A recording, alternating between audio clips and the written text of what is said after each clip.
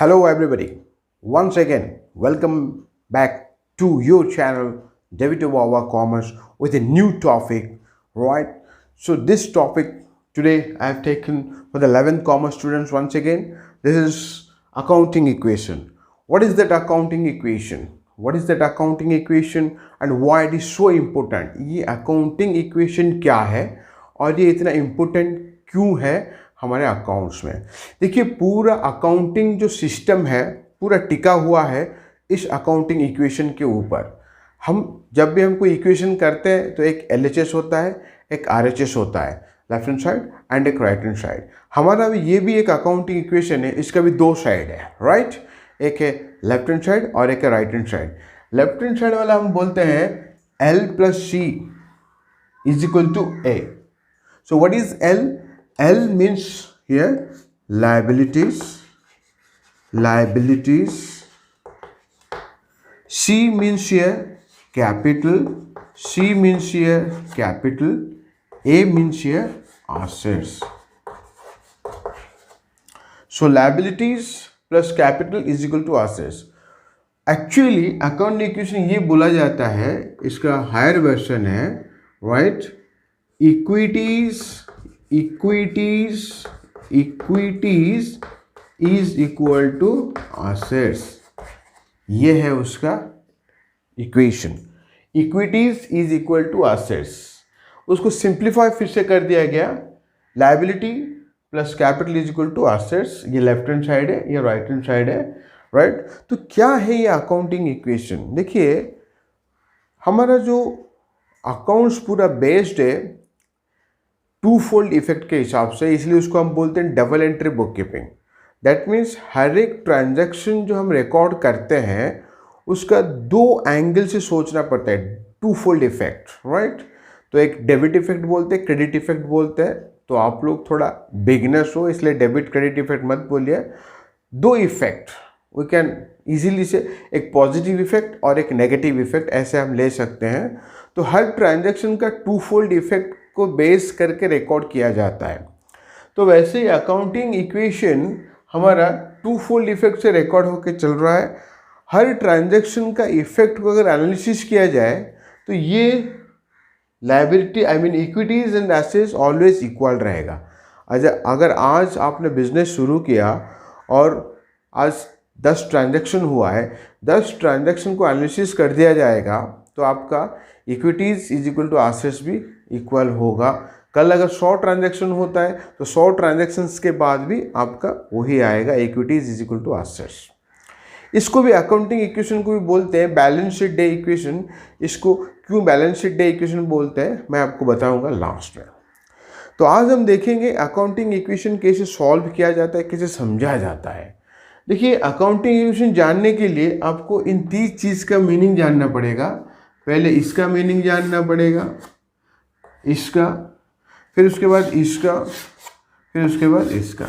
That means हमें 1 2 3 4 ये चारों मीनिंग पहले बेस है, ये पूरा फाउंडेशन है अकाउंटिंग का, इसको जानना पड़ेगा। तो लेट्स टेक फर्स्ट आपका एसेट्स क्या होता है। देखिए, एसेट्स क्या होता है, ये बिजनेस का प्रॉपर्टीज है। Assets means the properties of the business, anything which is owned by the business, right, and belonging to the business is known as assets. So assets means anything which is owned by the business and belonging to the business. तो properties, business का properties क्या है वो सब हम देखेंगे, right? अब business के जो प्रॉपर्टीज है उसको क्लेम कौन कर सकता है? जैसे आपका प्रॉपर्टीज आप ही बोलते हो कि ये मेरा प्रॉपर्टी है, दावा करते हो, तो वैसे भी बिजनेस का प्रॉपर्टीज को कौन क्लेम कर सकता है? एक ओनर क्लेम कर सकता है कि बोल सकता है कि भैया ये मेरा है, राइट? दूसरा बोल सकते हैं आउटसाइडर्स, अगर हमने कुछ उधारी से आउटसाइडर्स से लेके बिजनेस कर रहे हैं, चाहे वो कुछ लोन हो, चाहे कुछ सामान वगैरह हमने खरीदा है उधारी से, तो वो लोग भी क्लेम कर सकते हैं। किसको? बिजनेस के टोटल एसेट्स को। अगर बिजनेस के टोटल एसेट्स को एक ओनर क्लेम कर सकता है और एक आउटसाइडर्स क्लेम कर सकता है, राइट? तो वो जो दावा बन रहा है टोटल एसेट्स के ऊपर उसको बोलते हैं इक्विटीज। सो इक्विटीज का मतलब हुआ total claim against the assets. Equities का मतलब हुआ total claim against the assets, मतलब बिजनेस में जितने एसेट्स है उसको दावा कौन रखेगा, एक दावा रखेगा ओनर, दूसरा दावा रखेंगे आउटसाइडर्स, राइट। तो इसीलिए इक्विटीज को हमने दो पार्ट डिवाइड कर दिए, राइट। इक्विटीज को हमने दो पार्ट में डिवाइड किए हैं। Just a minute.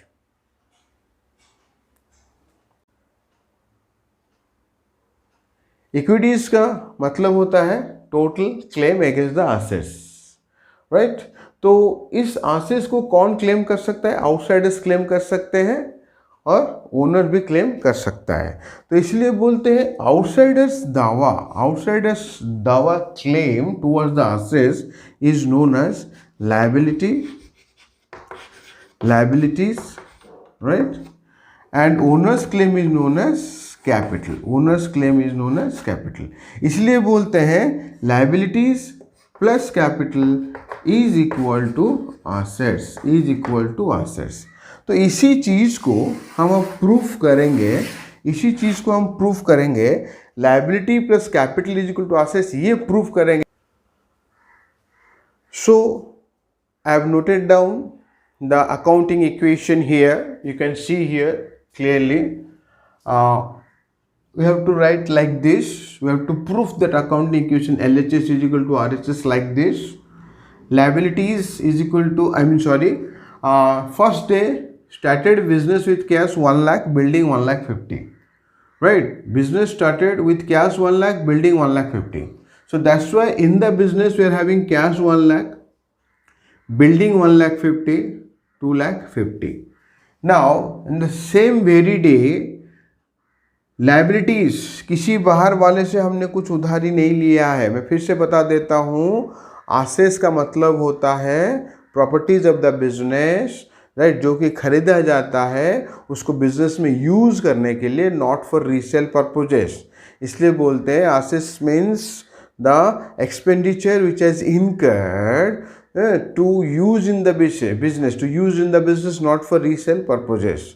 जो assets होते हैं उसको खरीदा जाता है बिजनेस में यूज करने के लिए, increasing the production, earning capacity को बढ़ाने के लिए जो प्रॉपर्टीज खरीदा जाता है उसको इंटेंशन नहीं है कि दोबारा बेचा जाएगा, उसको रख के बिजनेस में यूज करेंगे, राइट, इनकम बढ़ाएंगे, उसको बोलते हैं assets. So which will be used in the business and not for resale purposes, the expenditure which has incurred, तो सेम वे द लायबिलिटीज़ मतलब किसी बाहर वाले को पैसा देना है। अगर आपको किसी बाहर वाले को पैसा देना है, आपने कुछ उधारी लाया है सामान, नहीं तो कुछ लोन वगैरह लाए हैं, उसको बोलते हैं लायबिलिटीज़। कैपिटल तो आपको पता है, ओनर जो पैसा इन्वेस्टमेंट करता है बिजनेस में उसको बोलते हैं कैपिटल। वंस अगेन हमें प्रूफ करना है liability plus capital is equal to assets. देखिए, हाँ, एक इम्पोर्टेंट बात,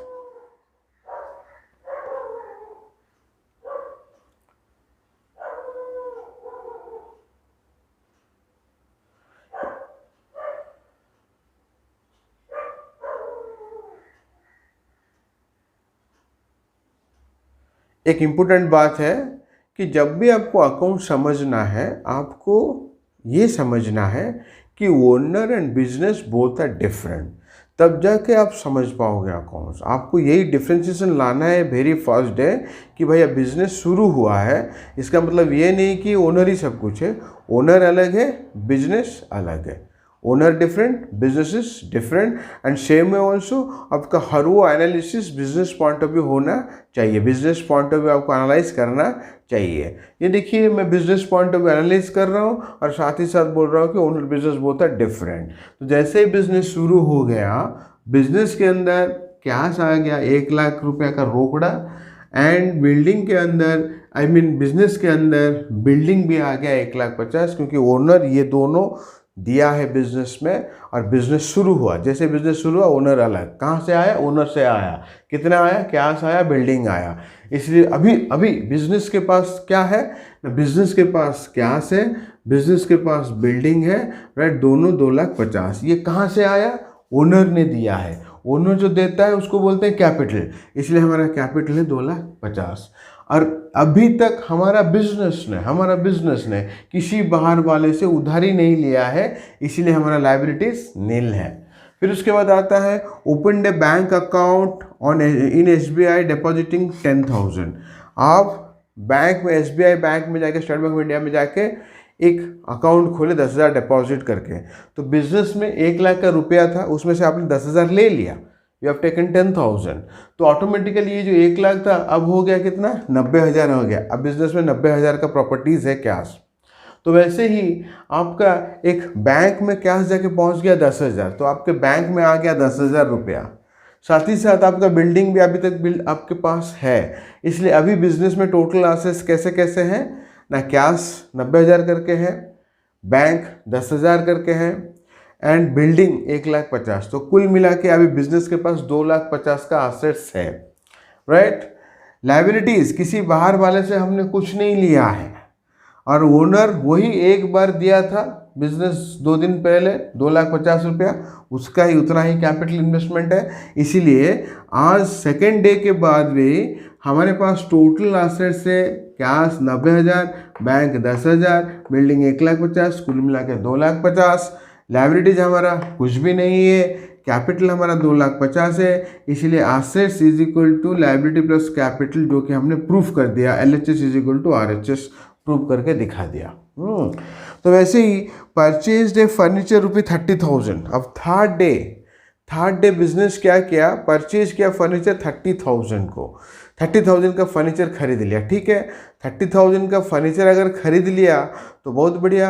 अब यहाँ पे क्या करेंगे, ये जो 30,000 रुपया चला गया हमारा बिजनेस में, 90,000 का था और कैश, राइट। इसके थर्ड डे से पहले सेकेंड डे एंड में हमारा पोजीशन ये था, तो थर्ड डे जब हो रहा है तो यहाँ से 30,000 निकल जाएगा, कैश हो जाएगा 60,000, बैंक में ऐसे ही 10,000 का 10,000 रहेगा, बैंक में कोई फ़र्क नहीं आएगा। फर्नीचर जो एक नया आइटम आ जाएगा 30,000 का, क्योंकि आपने फर्नीचर खरीद लिया है बिजनेस में यूज़ करने के लिए, उसको बेचने के लिए नहीं खरीदा है। You are going to use it in the business and going to increase your earning capacity. आप आपका अर्निंग कैपेसिटी बढ़ाने के लिए इसको खरीदे हैं, इसको दोबारा बेचने के लिए नहीं खरीदे हैं। तो साथ ही साथ बिल्डिंग हमारा 1,50,000 है, जब हम इसको टोटल कर देते हैं तो ये 2,50,000 टोटल एसेट्स बिजनेस का है। तो देखिए, लायबिलिटीज किसी बाहर वाले से अभी तक कुछ नहीं लिए हैं, कैपिटल ओनर एक बार ही 2,50,000 दिया था, तो वही का वही है, इसीलिए थर्ड डे एंड के बाद भी आपका 2,50,000 ही आ रहा है टोटल आपका इक्वेशन। यहाँ पे 2,50,000, वहाँ पे भी 2,50,000। तो इसी टाइप का हमें सॉल्व करना है अकाउंटिंग इक्वेशन को, राइट। तो मैं अभी आपको एक्सपेंसेस इनकम का भी इसके साथ कैसे एडजस्ट करते बताऊंगा, बस फ्यू सेकंड्स के अंदर। सो यहाँ पे मैंने क्या किया है, फोर्थ डे में ट्रांजैक्शन लिखा हूँ, जो है कि taken bank loan ₹60,000, taken bank loan ₹60,000। तो यहाँ पे क्या होगा, आपका जो कैश 60,000 था वो कैश वैसे ही रहेगा, कैश 60 का 60 रह जाएगा, राइट। बैंक जो 10,000 का था, बैंक ने लोन सैंक्शन कर दिया 60,000, तो इसलिए बैंक बैलेंस बढ़ जाएगा, 70,000 हो जाएगा। बैंक जो है हमारा, बैंक जो है 70,000 हो जाएगा। फिर से बता देता हूँ, बैंक में पहले 10,000 का था, बैंक ने लोन हमें सैंक्शन कर दिया, मिलेगा, इसलिए यहाँ पे ये 70,000 हो जाएगा। फर्नीचर आपका 30,000 का 30,000 रहेगा, फर्नीचर आपका 30,000 रहेगा, राइट। और आपका बिल्डिंग जो है आपका 1,50,000, तो कुल मिला के ये 2,50,000 में ही चलेगा, राइट। सॉरी, 2,50,000 नहीं होगा, ये हो जाएगा 2,50,000, 3,10,000 हो जाएगा, सॉरी, ये 3,10,000 हो जाएगा। ये हमारा क्यों 3,10,000 हुआ, क्योंकि पिछले बार 2,50,000 था, अब यहाँ पे 60,000 का बैंक लोन सैंक्शन हो गया है, इसलिए ये आपका 3,10,000 हो जाएगा। टोटल एसेट्स 60 का 60 था, 10,000 बैंक में जो है अब 70,000 हो गया। और यहाँ पे फर्नीचर जो है 30,000 का 30,000, और आपका बिल्डिंग 1,50,000, 1,50,000, तो बढ़ोतरी हुआ है ओनली बैंक में 10,000 का बढ़ोतरी, इसलिए 3,10,000। अब यहाँ पे लाइबिलिटीज़ में हम बोलेंगे राइट, हमारा बैंक लोन एक आ गया है, बैंक लोन जो कि 60,000। देखिए लाइबिलिटीज़ एक ग्रुप होता है, लाइबिलिटीज़ एक ग्रुप होता है, उसके अंदर बैंक लोन 60,000 है। एंड आपका ये आ जाएगा कैपिटल, राइट, कैपिटल आपका 2,50,000 आ जाएगा। कुल मिला के ये भी 3,10,000 का, ये भी 3,10,000।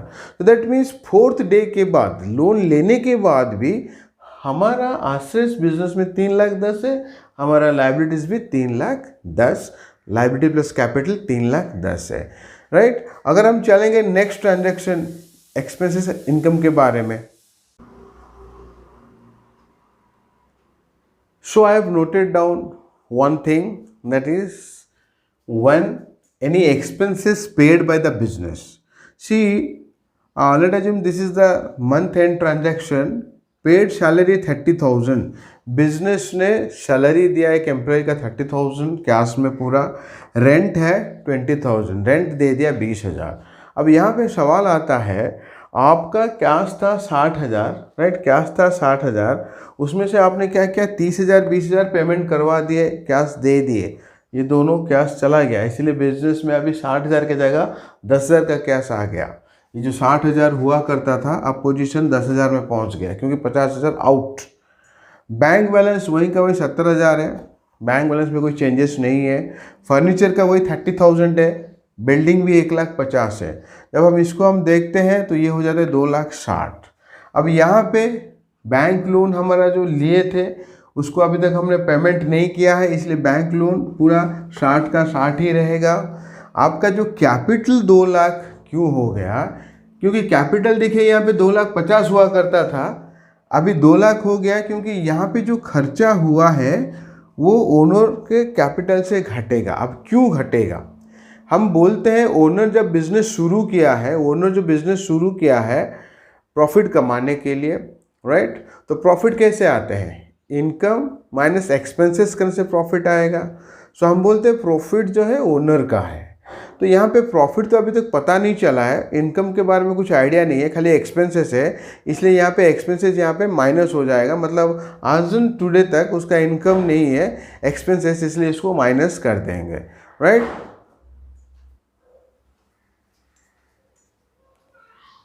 सो ये है आपका एक्सपेंसेस जो है, याद रखिएगा आपका एक्सपेंसेस जो है कैपिटल से माइनस हो जाएगा, इनकम जो है कैपिटल में प्लस हो जाएगा।